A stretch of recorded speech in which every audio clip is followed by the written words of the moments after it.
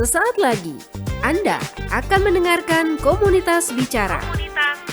Dari komunitas, oleh komunitas, untuk daerah yang lebih berdaya dan berbudaya. Pro 1 RRI ND, kanal informasi dan inspirasi. Komunitas Bicara.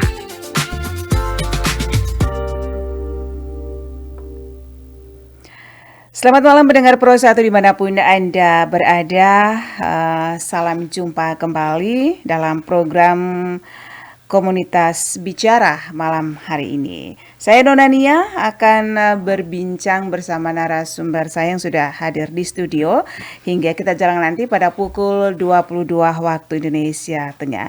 Dan malam hari ini pendengar kita akan bicara soal kreativitas anak muda di tengah gempuran media sosial. Bagaimana mahasiswa hari ini memanfaatkan kanal jurnalistik, fotografi dan juga videografi bukan sekedar untuk eksistensi tapi sebagai wadah berkarya yang bermakna. Sudah hadir di studio yaitu Ketua UKM Jurnalistik Universitas Flores, Unflor, ada Kakak Ignatius Verbinius Ria. Selamat malam. Malam Kakak. Kak Ignas. Disapa Kak Ignas ya? Ya, boleh saja. Boleh saja. Oke, memangnya ada berapa nama? Biasanya panggil Erwin tapi tergantung kenyamanan orang yang memanggil. Oke, tergantung situasi juga. Kak Ignas ya. Baik. Apa kabar malam hari ini, Kak? Ya, puji Tuhan baik. Luar biasa ya. Oke, aktivitas sepanjang hari ini apa saja, Kak Ignas? Tadi pagi kuliah seperti biasa, lalu sempat ikut arahan dari pembimbing UKM untuk meliput kegiatan yudisium Fakultas Ekonomi dan Bisnis. Hanya saja saya serahkan ke teman-teman anggota karena saya ada urusan lain. Ada urusan lain, oke. Sifatnya Luar urgent. biasa ya Kak Ignas memimpin rekan-rekan mahasiswa untuk tetap produktif ya di dunia literasi dan juga visual. Baik, tentunya kesibukan sangat luar biasa ya menjadi seorang ketua, apalagi membimbing teman-teman yang lainnya ya Kak ya.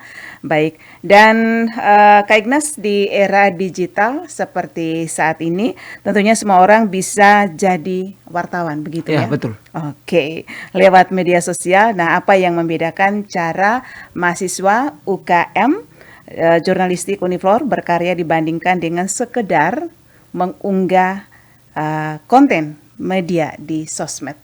Nah, baik, terima kasih Kakak ya. Ini pertanyaan menarik sekali ya kalau menurut saya. Apa sih yang membedakan antara mahasiswa anggota UKM jurnalistik dengan istilahnya orang-orang siapapun itu yang sekedar mengunggah atau memberikan informasi. Jadi ada perbedaan istilahnya copying journalism lah, istilahnya copy informasi begitu ya. Lalu menyebarkan. Mahasiswa Universitas Flores khususnya yang tergabung dalam UKM jurnalistik ini kan. Ketika menyajikan sebuah informasi, apapun itu, baik dalam bentuk video ataupun dalam bentuk karya berita yang ditulis itu, yang dipublikasikan oleh tim LPPM, Kakak, itu dalam proses untuk mendapatkan informasi itu tidak instan. Itu membedakan secara esensi, yang membedakan dengan orang yang hanya istilahnya salin tempel atau hanya membagikan. Mahasiswa anggota UKM ini dituntut untuk turun langsung ke lapangan, mencari berita yang sifatnya aktual. Karena kalau kita berbicara mengenai dunia kejurnalistikan atau jurnalistik itu, berarti bagaimana peran kita untuk mencari, lalu mengelola informasi itu dan membagikan kepada khalayak. Dan informasi ini harus sifatnya faktual. Benar. Sementara kalau masyarakat orang-orang yang membagikan informasi ini ada dua, ada fakta dan juga hoax. Nah, sekarang lagi viral hoax. Iya, hoax ya. Terkadang orang itu hanya membaca informasi, dapat informasi ini langsung membagikan tanpa pikir panjang. Sementara teman-teman anggota UKM jurnalistik ketika dipercayakan untuk macam tadi pagi ya, diminta untuk meliput kegiatan yudisium Fakultas Ekonomi dan Bisnis. Ketika mereka turun ke lapangan mencari data, ini sesuatu yang sifatnya faktual. Artinya dia punya kebenaran itu memang sudah teruji 100%, sudah betul-betul terjadi. Itu secara esensi yang membedakan ini. Dan dia punya istilahnya perannya tuh dalam proses jurnalis itu bisa disamakan dengan wartawan-wartawan. Berbeda dengan orang-orang yang dapat informasi dan bagikan, itu beda sekali. Ada perbedaan dari prosedur teknis, bagaimana mereka mengelola informasi dengan istilahnya hanya membagikan atau copy tempel. Nah itu ya copy paste lah itu kalau bahasa Inggris. Itu saya kira secara esensi membedakan. Perbedaannya ya luar biasa. Baik, bagaimana Kak Ignas melihat minat mahasiswa saat ini terhadap 3 pilar tadi ya, jurnalistik, fotografi dan juga videografi ini, mana yang paling diminati dari ketiga ini Kak Ignas? Nah ini menarik juga ini. Kalau sejauh saya melihat ya, terkait minat minat mahasiswa terhadap 3 bidang ini, berdasarkan situasi yang saya amati itu, mahasiswa pada saat ini memiliki kecenderungan ya, menyukai bidang videografi dan juga fotografi dibandingkan dengan jurnalistik. Ya, mungkin susah ya. Ya, bagi sebagian orang yang istilahnya orang awam lah. Kalau belum belajar pasti akan bilang ini sulit. Karena ketika kita berbicara mengenai jurnalistik itu tidak terlepas jauh dengan yang namanya kegiatan tulis menulis salah satunya. Itu. Dan itu berbeda sekali dengan yang hanya foto atau video. Karena ketika kita menulis itu tidak segampang yang kita bicarakan. Peras benar otaknya itu. Kadang kita tulis sampai diksinya habis. Ini mau masuk apa lagi? Itu yang buat susah. Mahasiswa sekarang sibuk. Contoh mereka buat kegiatan sibuk, mereka membagikan momen. Karena mereka rasa juga lebih simpel daripada harus tulis. Kenapa kita tidak publis saja daripada kita harus tulis. Tapi sebenarnya kalau ketika kita dilatih untuk menulis, itu merupakan salah satu alat pacu kita punya otak gitu. Supaya jangan terlalu instan. Bagaimana cara kita merangkai diksi sehingga menjadi sebuah informasi yang layak dikonsumsi. Karena kalau kita hanya posting foto ataupun video, orang bisa salah paham. Coba kakak bayangkan kalau seandainya kita ambil foto nih, tiba-tiba kita posting tanpa ada keterangan. Iya. Apa foto ini ya? Orang pasti akan bingung-bingung. Misalnya orang ambil ini foto apa? Masih baik yang analisa begitu. Orang lihat pintas, ini foto, ini kejadian kemarin, ini kayaknya kelaparan ini anak begitu toh. Ketika kita hanya menyajikan sebuah foto, ini di luar daripada video. Kalau kita hanya menyajikan foto, itu memaksa orang yang melihat kita punya foto untuk menjadi seolah-olah sutradara. Dia akan analisa ini foto ini tentang apa ini. Jangan berpikir. Kalau seandainya dia pikirkan itu benar, itu syukur. Kalau tapi ketika salah, bisa saja dia ambil itu foto, dia posting buat tambah lagi. Apalagi sekarang dengan maraknya yang namanya FB Pro. Bukan kita mau menstigma FB Pro, tapi terkadang FB Pro itu disalahgunakan, memberikan informasi yang tidak bagus itu. Lalu untuk bidang videografi, saya kira mahasiswa sekarang seiring dengan perkembangan zaman, banyak sih yang berminat di bidang situ hanya untuk skill pengeditan salah satunya ya. Itu perlu diasah, dan di UKM jurnalistik ditawarkan juga itu, ada kelas videografinya itu. Oke. Berarti jurnalistik minatnya sedikit ya Kak ya? Ya benar sekali Kak. Sedikit ya, oke. Itu mungkin seperti yang Kak katakan tadi, gampang tadi videografinya ya. Dan kira-kira sejauh mana Kak Ignas UKM jurnalistik ini berperan dalam mengasah soft skill mahasiswa agar tidak hanya jago secara teknis tapi juga punya etika dalam menyebarkan informasi? Ya baik ya Kak. Terkait dengan hal ini, pastinya ya, di dalam dunia kejurnalistik itu ada kode etiknya. Kode etik jurnalistik ya. KEJ itu ada di peraturan, saya sudah lupa peraturannya tahun berapa, tapi ada itu. Itu ada kode etik jurnalistik, salah satunya yang menyangkut dengan berita yang faktual. Lalu transparansi itu ditekankan di situ.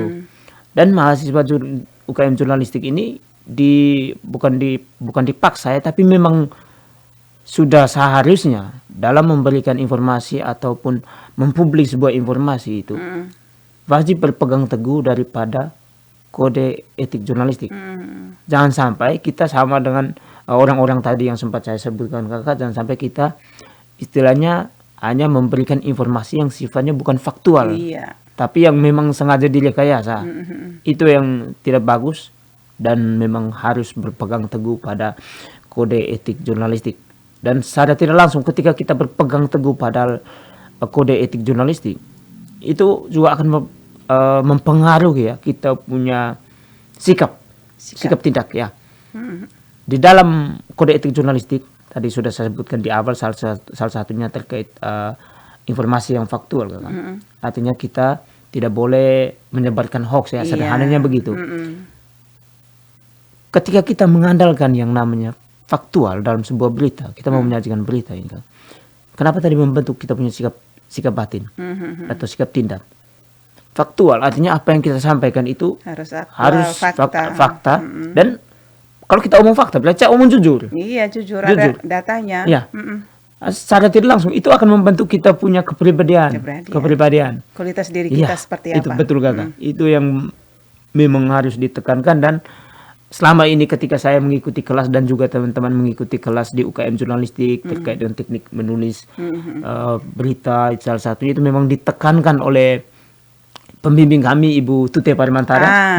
Itu. Beliau merupakan pembimbing kami senior itu ya. Dia sering menekankan itu.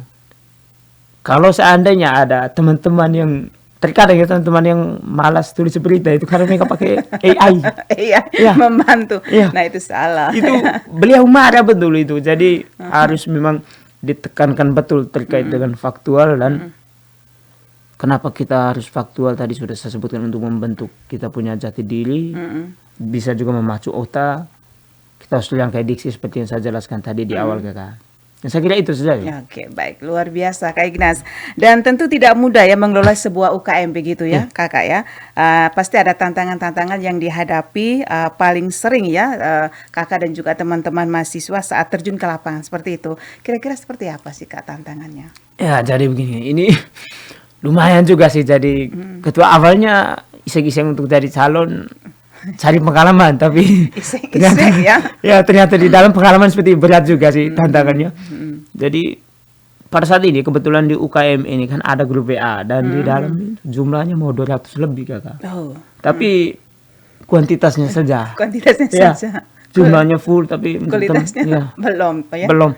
Karena dari total 200 itu benar-benar yang aktif itu sekitar 100-an. Masih luar biasa. Kurang, tapi itu kurang. Itu yang sangat saya sayangkan. Dan bagaimana kita mengajak teman-teman untuk berpartisipasi dalam kegiatan itu sulit sekali. Tantangan terbesar itu bagaimana kita mengajak teman-teman supaya turut berpartisipasi, ditambah lagi dengan sikap daripada mahasiswa pada saat ini. Bukan mau mengeneralisir ya, tapi saya melihat mahasiswa zaman sekarang terkesan apatis. Lebih memilih untuk jadi mahasiswa kupu-kupu. Kuliah pulang. Saya juga bingung sih, kuliah pulang mau buat apa itu. Makanya saya sangat menyayangkan. Salah satu tantangan terbesar saya itu bagaimana kita memanggil teman-teman yang sudah tidak aktif untuk kembali bergabung, ataupun yang benar-benar tidak aktif dan kembali dan masuk menjadi anggota aktif. Tantangan terbesar di situ. Karena ketika kita mengajak, terkadang mereka jawab lagi, buat apa saya ikut?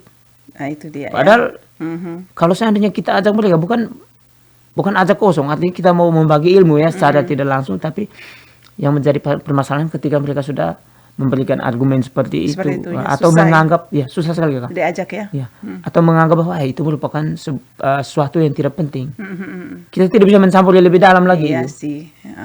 Tidak bisa memaksa ya. Nah, tidak bisa memaksa, itu yang sulit. Itu tantangan ya. Tantangan terbesar.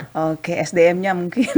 Kalau itu kurang tahu sih, tapi memang kayaknya mungkin pengaruh budaya untuk lebih senang santai, bermalas-malasan gitu. Itu yang sangat saya sayangkan. Kalau tantangan menghadapi narasumber mungkin ya, mengambil gambar, memproduksi berita-berita visual itu adakah? Sejauh ini sih untuk tantangan dari saya sendiri sih tidak ada ya. Tidak ada ya. Hanya pernah satu kali itu yang saya kerepotan, kebetulan waktu itu saya liput kegiatan wisuda. Dan HP saya kan kebetulan waktu itu kamera milik UKM. Kamera ya seperti ini, bukan seperti ini. Kamera Canon, Bang. Saya tidak tahu mereknya apa, saya sudah lupa. Bukan merek, modelnya. Oke. Waktu itu kan sempat dipakai oleh teman-teman untuk liput kegiatan di luar daerah. Saya ini harus turun ke lapangan untuk liput kegiatan. Sementara saya punya HP kamera burik, kamera HP kentang. Saya bingung saya ini bagaimana ini nih. Kita mau tulis berita bagus-bagus, tiba-tiba kualitas fotonya. Pastinya kita kalau tulis berita harus ada gambarnya, ada fotonya.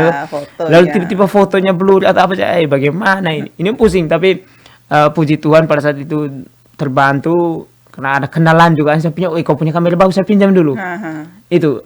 Dan itu saya secara tidak langsung saya merasa ini bagian daripada manfaat yang saya dapatkan ketika saya bergabung di UKM. Kita bergabung di UKM jurnalistik atau menjadi seorang yang bergelut di bidang jurnalistik. Kita punya mulut tidak bisa mati. Iya. Tidak bisa mati. Komat kami terus. Kita punya mulut. Bahkan kita turun ke lapangan pun. Sederhana. Kalau mau jadi wartawan atau jadi jurnalis, tidak mungkin kita ke lapangan hanya duduk diam amati. Tidak. Sangat tidak mungkin sekali. Kita butuh harus bergerak. Harus bergerak. Harus cari tahu datanya dari mana. Ya wawancara, tanya. Itu saya. Oh ternyata begini gabung UKM. Awalnya saya malu-malu, akhirnya saya bisa berinteraksi dengan orang. Bagaimana saya cari dapat bantuan, bagaimana saya dapat datanya. Ya saya datang tanya. Wawancara itu pun dia punya pertanyaan yang saya lontarkan pun masih berpatokan dia, masih berpatokan istilah 5 Ws itu halal pasti dia. Iya. Tapi sekarang sudah berkembang ya. Ya sudah, puji Tuhan ya. Sudah ada keterangan lainnya. Baik, tapi intinya 5W1H itu ya, pegangnya. Pegangan utama. Iya. Baik, Kak Ignas, kalau bicara soal fotografi dan juga videografi, apakah mahasiswa dituntut juga memiliki alat yang mahal? Atau sebenarnya dengan smartphone itu pun sudah bisa menghasilkan karya-karya yang bagus? Jadi begini kakak, terkait dengan foto dan juga videografi ya kakak, itu memang kita membutuhkan alat yang istilahnya dia punya kualitas itu cukup mumpuni. Harus standar ya. Ya, gitu. Tapi semua itu kembali lagi dengan skill. Iya. Kembali lagi dengan skill. Apalah artinya kalau seandainya kita punya kamera yang luar biasa bagus. Iya. Kita mau buat video tapi kita tidak punya skill editing. Itu kan sama saja. Sama saja ya. Sama saja. Kalau menurut saya sih harus berimbang ya. Antara kita punya skill, kita membuat video, video atau foto. Kalau foto pastinya kita harus punya teknik-teknik memotret salah satunya ya. Kalau videografi ya salah satunya teknik editing. Yang pertama kita harus punya skill itu dan sarana prasarana yang mendukung cukup mumpuni lah. Itu. Berarti skill dulu yang pertama ya. Utamakan skill dulu. Barang-barang bisa dibeli ya. Barang-barang bisa dibeli bahkan dipinjam. Ya, barang bisa dipinjam. Ya. Apalagi sudah bergabung di UKM ya. Yep. Oke, baik. Ya, ini Kak Ignas tentunya bisa juga diceritakan sedikit pengalaman proyek yang Anda liput bersama teman-teman, paling berkesan yang pernah dilakukan oleh teman-teman Uniflor, itu apa dan apa dampaknya bagi mahasiswa? Oke. Terkait dengan proyek liput proyek. Nah, jadi kebetulan 2 minggu lalu kami dari UKM itu ada salah satu program yang kami jalankan. Nama programnya adalah UKMJ Goes to School. Oh, keren ya. Waktu itu kami turun ke SMA Alsiora yang depan sini. Oh iya. Kami buat workshop di sana. Dihadiri oleh teman-teman dari kelas 1 dan juga kelas 2 SMA. Di sana kami buat workshop tentang teknik menulis 3 paragraf, teknik menulis berita dalam 3 paragraf sama videografi. Di sana mahasiswa anggota UKM jurnalistik itu yang menjadi pemateri sendiri. Keren. Dan untuk pembimbing UKM, salah satunya Ibu Tute, hanya jadi pendamping saja. Iya. Di sini, kenapa saya bilang salah satu program ini yang seperti yang telah kakak tanyakan, mana yang paling berkesan, kenapa saya pilih ini?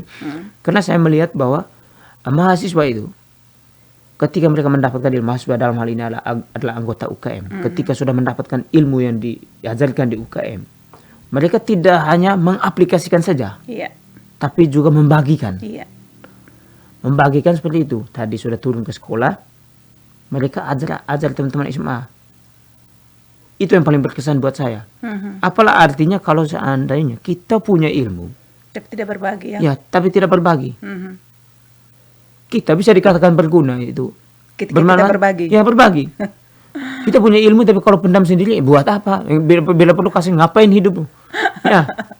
Itu menurut saya paling berkesan, mahasiswa dilatih untuk berbagi ya, berbagi ilmu dan juga pengalaman-pengalaman baru yang didapat ketika turun lapangan itu. Selain membagikan ilmu, tapi mahasiswa juga dilatih untuk public speaking. Iya, Ketika mereka memberikan materi itu, tidak saja mereka hanya memberikan materi, tapi mereka dipaksa untuk bagaimana sih caranya untuk memberikan materi itu. Itu salah satu yang dampak yang tanpa kita sadari kita dapat. Public speaking. Kita boleh punya materi yang kuat, tapi kalau public speakingnya tidak bagus, sama saja. Maka itu saya ini bagus sekali programnya dan sangat berkesan ketika kemarin saya dulu diskusi dengan teman-teman, mereka bilang, "Woi kakak, terima kasih ini, puji Tuhan, dengan begini saya dapat pengalaman, saya bisa bagi ilmu ke teman-teman dan saya dilatih bagaimana caranya saya membahasakan, saya punya ilmu yang saya dapatkan itu, membahasakan kepada teman-teman atau memberikan penjelasan ke teman-teman dengan versi saya." Versi masing-masing dipahami ya. Baik, Kak Ignas, sekarang kita berada di era AI ya. 2026 dengan teknologi AI dan kata lain kecerdasan buatan begitu Kak. Nah, sudah sangat maju saat ini, bahkan masyarakat pun ya semua kalangan menggunakan AI. Nah, kira-kira bagaimana nih Kak Ignas dan juga teman-teman di UKM menyikapi kehadiran AI ini dalam dunia jurnalistik dan juga videografi? Apakah dianggap ancaman atau kawan? Terkait dengan AI ya, tergantung. Saya tidak bisa menganggapnya sebagai saya tidak bisa menganggapnya sebagai ancaman ya. Tapi tergantung penggunaan ini. Penggunaannya, iya benar. Ketika ada teman-teman UKMJ menggunakan AI untuk hal-hal yang negatif, di situ saya menganggapnya sebagai ancaman. Iya. Tapi ketika mereka menggunakan AI itu untuk sesuatu yang positif, itu saya rasa itu baik dan tidak layak kalau kita katakan sebagai ancaman. Tergantung penggunaannya untuk apa. Iya. Dan dengan kehadiran AI ini, saya rasa sangat terbantu sekali ya. Karena saya langsung ambil pakai kasus yang kemarin yang kami turun ke Arciora untuk buat kegiatan workshop UKM Agustus School ini kan. Materi yang dipaparkan itu kebanyakan menggunakan AI semua. Buat PPT slide-nya itu. Itu pakai AI. Hanya saja untuk bahasa menjelaskan isi daripada AI itu yang dari mahasiswa. Iya, tidak mungkin AI. Iya, tidak mungkin AI. Itu yang saya rasa rasa bagus ya. Adanya AI ini. Hanya tergantung dari penggunaan. Kalau kita menggunakannya tidak dengan bijak, itu seperti kasus-kasus yang kemarin mereka edit foto sembarang apa segala macam. Kalau digunakan dengan bijak ya akan berjalan dengan sebagaimana mestinya, dengan apa yang diharapkan. Saya kira bukan hanya AI saja ya, hampir segala aspek di kehidupan ini kalau memang kita menggunakan dengan sebaik mungkin, pasti hal-hal positif yang kita akan dapat. Tergantung orang yang menggunakan dengan hal-hal negatif ya negatif. Tergantung penggunaan. Baik, Kak Ignas, kira-kira apa yang menjadi pesan Anda untuk mahasiswa lain yang mungkin punya hobi memotret ataupun menulis tapi masih malu-malu bergabung atau mempublikasi karyanya? Jadi begini, malu-malu untuk seperti Kak Ignas tadi toh, bergabung atau mempublikasikan karyanya. Ini ada dua ya. Untuk teman-teman yang kalau yang mau malu-malu untuk mempublikasikan karyanya, artinya dia sudah punya skill. Iya. Kalau yang malu-malu mau bergabung, itu satu pesan. Kira-kira apa sih tujuan teman hidup? Apakah teman-teman benar-benar hanya hidup benar-benar hanya untuk menghidupi diri sendiri? Ya benar. Atau untuk online, kalau teman-teman mau hidup berguna untuk online, jadi sikap malu-malu itu harus dihilangkan itu. Dan kalau seandainya teman-teman mau berkembang pun, malu-malu itu harus dihilangkan.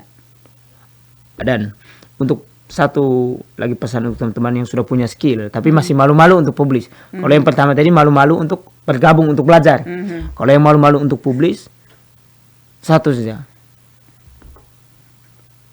Kalau sudah punya karya, kenapa harus malu dan kenapa harus ragu untuk mempublishnya? Iya, kenapa harus takut ya?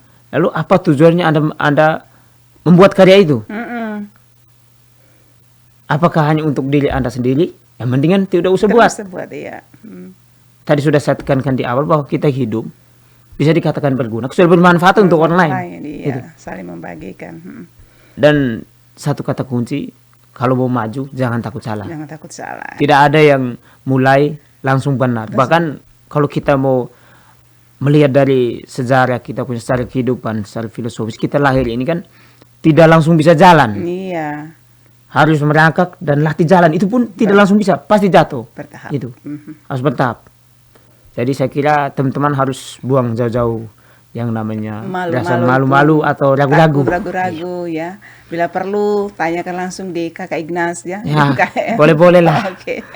Baik, ini terakhir di akhir kebersamaan kita, Kak Ignas, apa yang menjadi target atau agenda besar UKM Jurnalistik Unifor dalam waktu dekat yang ingin dicapai? Ya, ini pertanyaan menarik. Kebetulan kami di UKMJ ini selain ada 2 kegiatan yang dicanangkan itu. Yang pertama kemarin sudah dijalankan, tapi harus dijalankan di tempat lain, itu UKMJ Goes to School. Karena kemarin kami baru menjalankan di SMA Alziora, dan rencananya ke depan kami akan menyurati ke berbagai sekolah yang ada di Kota Ende ataupun di luar Kabupaten Ende, supaya kami bisa selain mempromosikan kampus ya, dan juga UKM Jurnalistik, kami juga bisa membagi ilmu kepada teman-teman semua. Selain membagi ilmu juga mendapat jodoh gitu ya. Iya, siapa tahu sih. Anu muda baca. Amin. Lalu yang kedua itu rencananya sebelum Dies Natalis Unifor bulan Juli itu, UKM Jurnalistik akan mengadakan lomba SHI tingkat SMA. Itu 2 program besar yang dalam proses perencanaan dan penggodokan. Oke. Ini sekarang tuh targetnya tahun ini ya? Tahun ini. Oke, luar biasa. Terakhir, apa yang menjadi pesan untuk seluruh teman-teman mahasiswa yang mau mengikuti masuk dalam kegiatan UKM ini? Satu pesan untuk teman-teman ya. Mau hidup Anda lebih bermanfaat, tinggalkan zona nyaman.